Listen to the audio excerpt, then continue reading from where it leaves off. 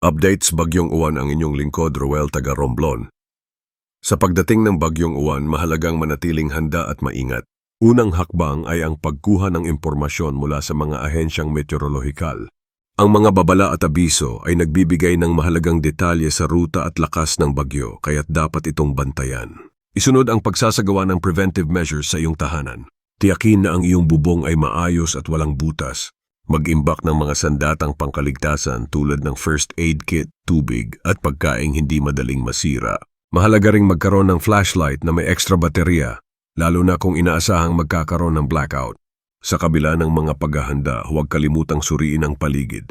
Itapon ang mga bagay na maaaring lumipad sa hangin tulad ng mga lumang upuan o galon ng tubig. Huwag maglagay ng mga pansabog na sa tingin mo ay ligtas. Kung ikaw ay nakatira malapit sa mga ilog o daluyan ng tubig, alamin ang mga posibleng pagbaha at magplano ng siguradong ligtas na daanan. Kapag ang bagyo ay humampas, manatiling nakatutok sa mga balita at huwag magpaimbita sa panic. Isara ang mga bintana at pintuan at manatili sa loob hanggang sa maabante ang bagyo.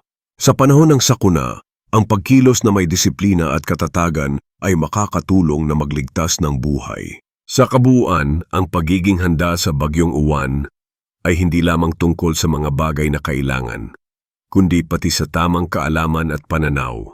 Kung nagustuhan mo ang video na to, like, follow and share para maging update sa mga susunod na video.